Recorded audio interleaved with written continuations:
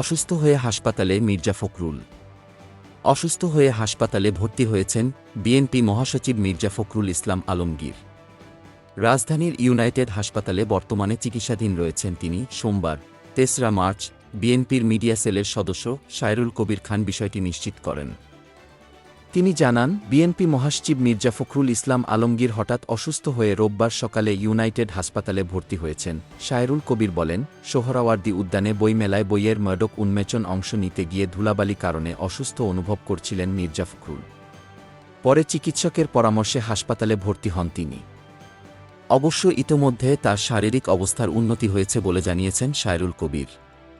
তিনি বলেছেন, চিকিৎসক ও মির্জা ফখরুলের পক্ষ থেকে তাকে দেখতে হাসপাতালে অযথা ভিড় না করতে অনুরোধ জানানো হয়েছে।